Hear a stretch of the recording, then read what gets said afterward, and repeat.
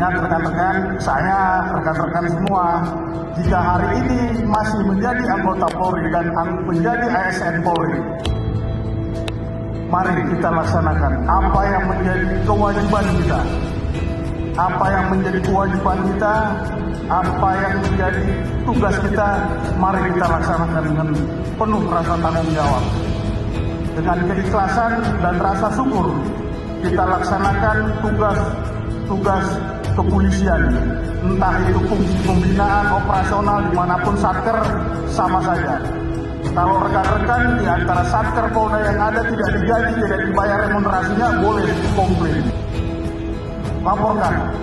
Tapi kalau masih dibayar gajinya dan remunerasinya, laksanakan tugas itu dengan penuh rasa tanggung jawab.